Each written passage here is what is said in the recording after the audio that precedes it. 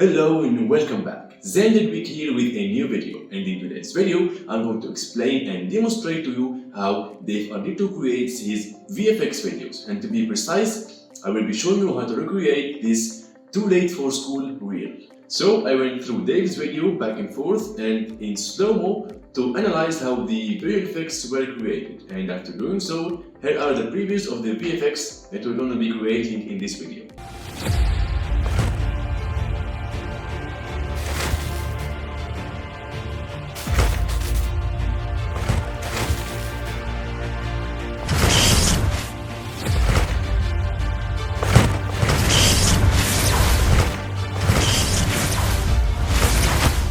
I will be using After Effects to create all the visual effects shown in this video, and in the description you will find links to all the assets I used in the video. So without further ado, let's get started. Drop your clip into a new composition, move to the frame where the actor is checking the phone and about to jump from the bed, and here you want to press Ctrl plus Shift plus D to get two clips separated. And now I will move to the frame where I pulled the blanket, and here press Ctrl plus Shift plus D again.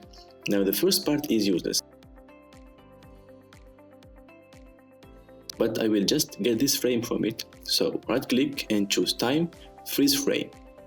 Then make a cut and get rid of this clip. So you're left with this short clip. I will turn off its visibility for now. Then bring my clean plate. It may not be needed, but I always take a clean plate because it may come in handy later on.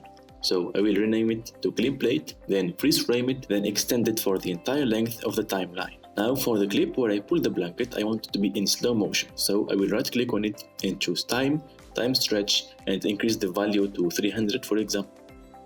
This is good. Now I will trim the timeline for just this area because that's all I need for this one. Let me rename this clip to subject, then turn on its visibility and draw a rough mask around the subject like so.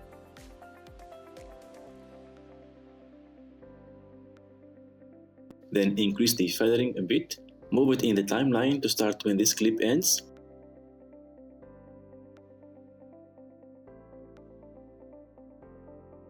And now on this clip, I will draw a mask around the bed like so.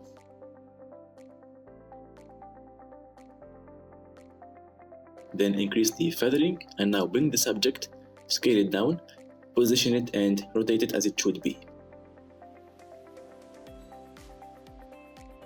Then turn it into a 3D layer. I will scale it down and position it right where it should be. Also rotate it like so and add a keyframe for both scale and position. Move forward a couple frames and lower the Z position like so.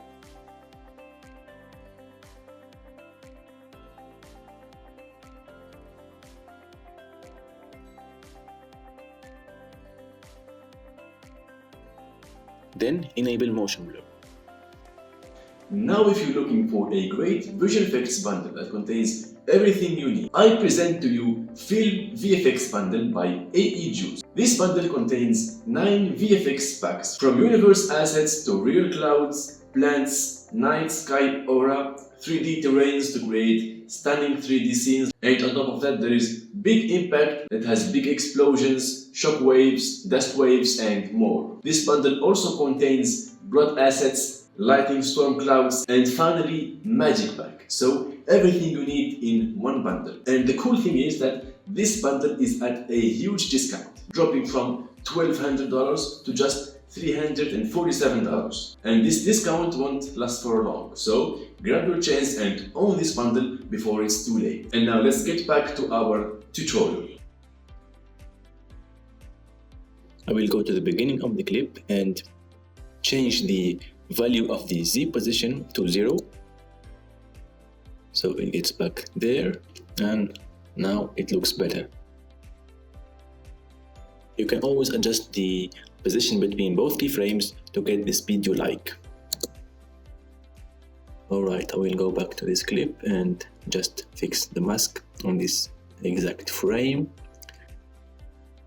Like this looks better.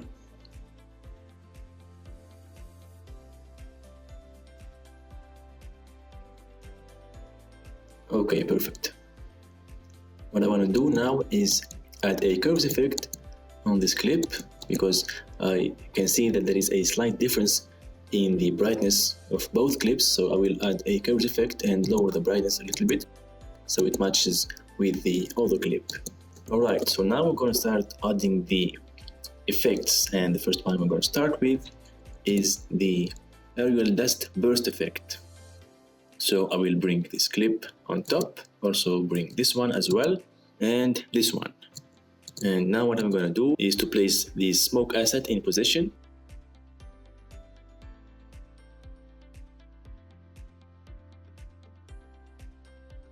The second one,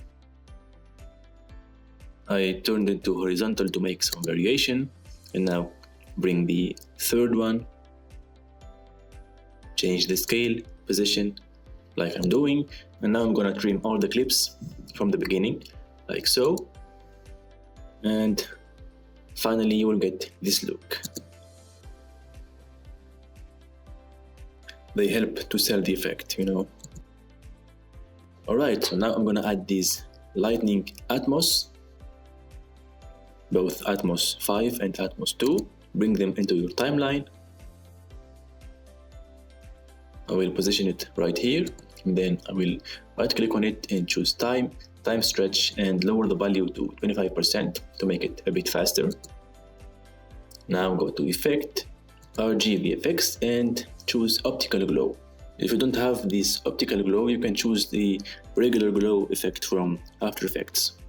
Now increase the amount, size, and also highlights only, highlight roll off, and finally change the alpha channel to generate unmarked to get rid of these black edges and get this cool shiny lightning effect. Great, it looks good now. Okay, I will add a keyframe for the position of this Atmos clip, move forward in time, and okay, I will also add a keyframe for the scale, so it follows the subject in both position and scale, as you can see.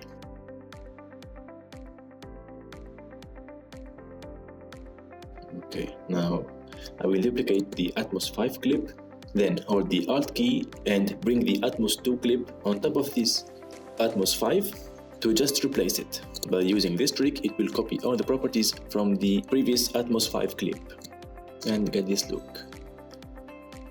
Perfect. Okay, I think I'm gonna move this scale keyframe forward a bit.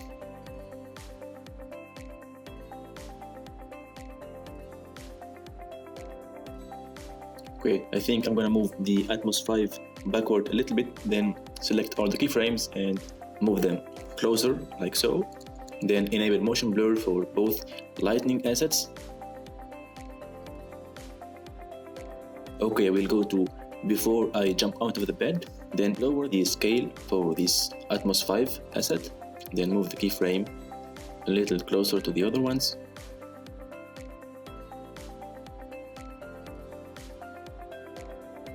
And now for the Atmos 2 clip, I guess I'm gonna delete all the keyframes from both position and scale, so it stays right in position and be left with this look. I think it looks better now. Yeah, some lightning has to stay in position, so one asset moves along with the actor, with the subject, and the other one is left in position. It looks better, I guess. Now I will select everything and choose pre-compose to make a new pre-comp.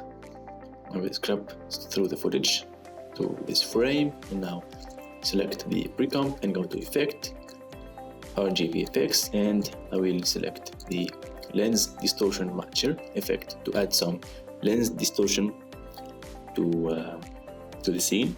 By the way, if you do not have this red giant lens distortion matcher, that's fine. It's an option, okay? So you don't have to do it. It's just gonna help sell the effect and add some distortion. So first thing to do is to go to this lens type, choose fish eye, then create a keyframe for the distortion value. So it is 0 at the beginning, then move forward a couple frames like so.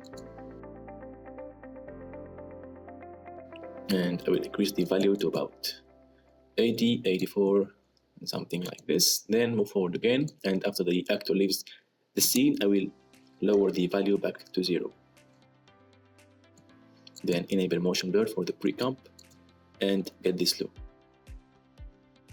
Right, I think I'm gonna jump back inside the pre-comp. I will add a new adjustment layer, and I will add another effect into this adjustment layer. So go to effects, another one from Giant. It's called chromatic displacement. So for the displacement layer, I will choose the lightning asset layer, which is Atmos 2.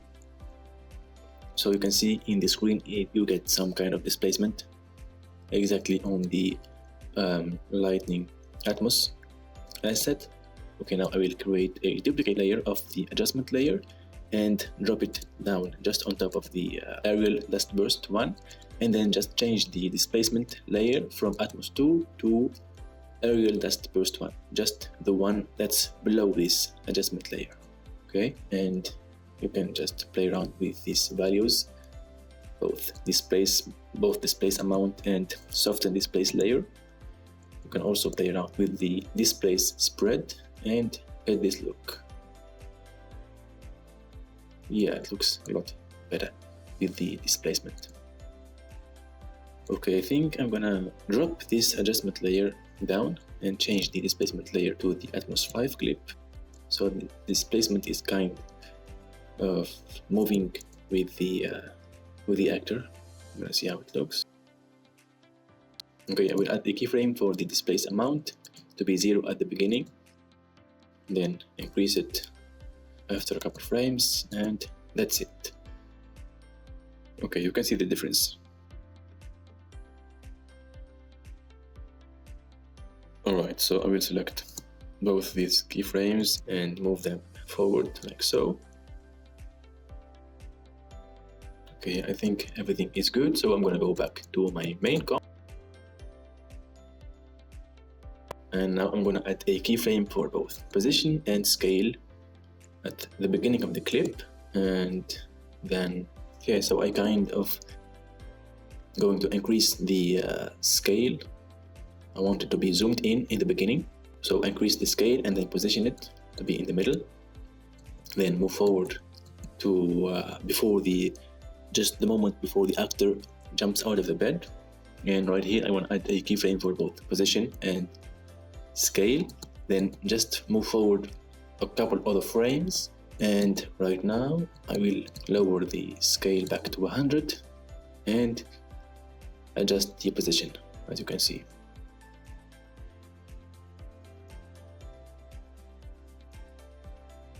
Then 80. Okay, this is good.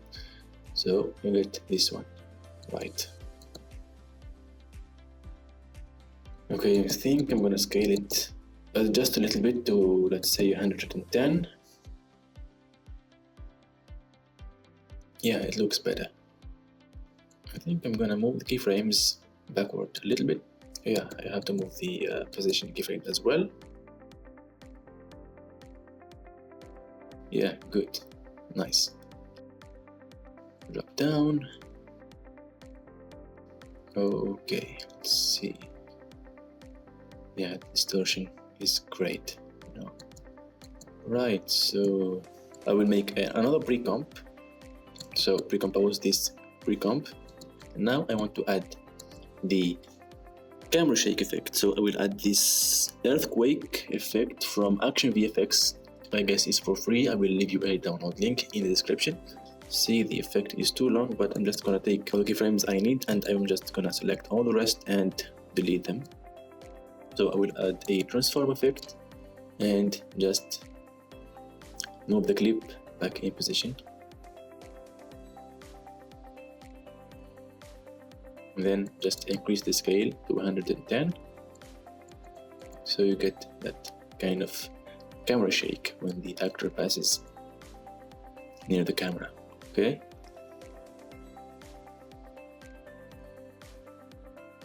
It looks a lot better with the camera shake, and of course don't forget to enable the motion blur for both the clip and the composition as well.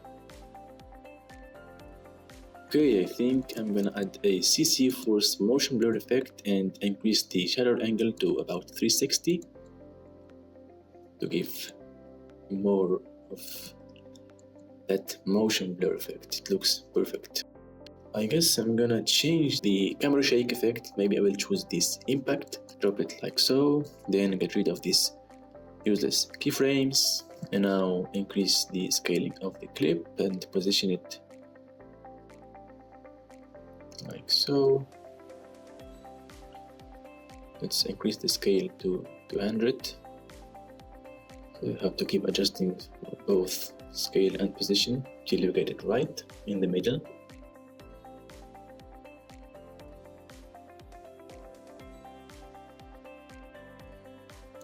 Okay, so let's see how it looks. Yeah, perfect. I think this impact looks better than the earthquake. Yeah, it looks good.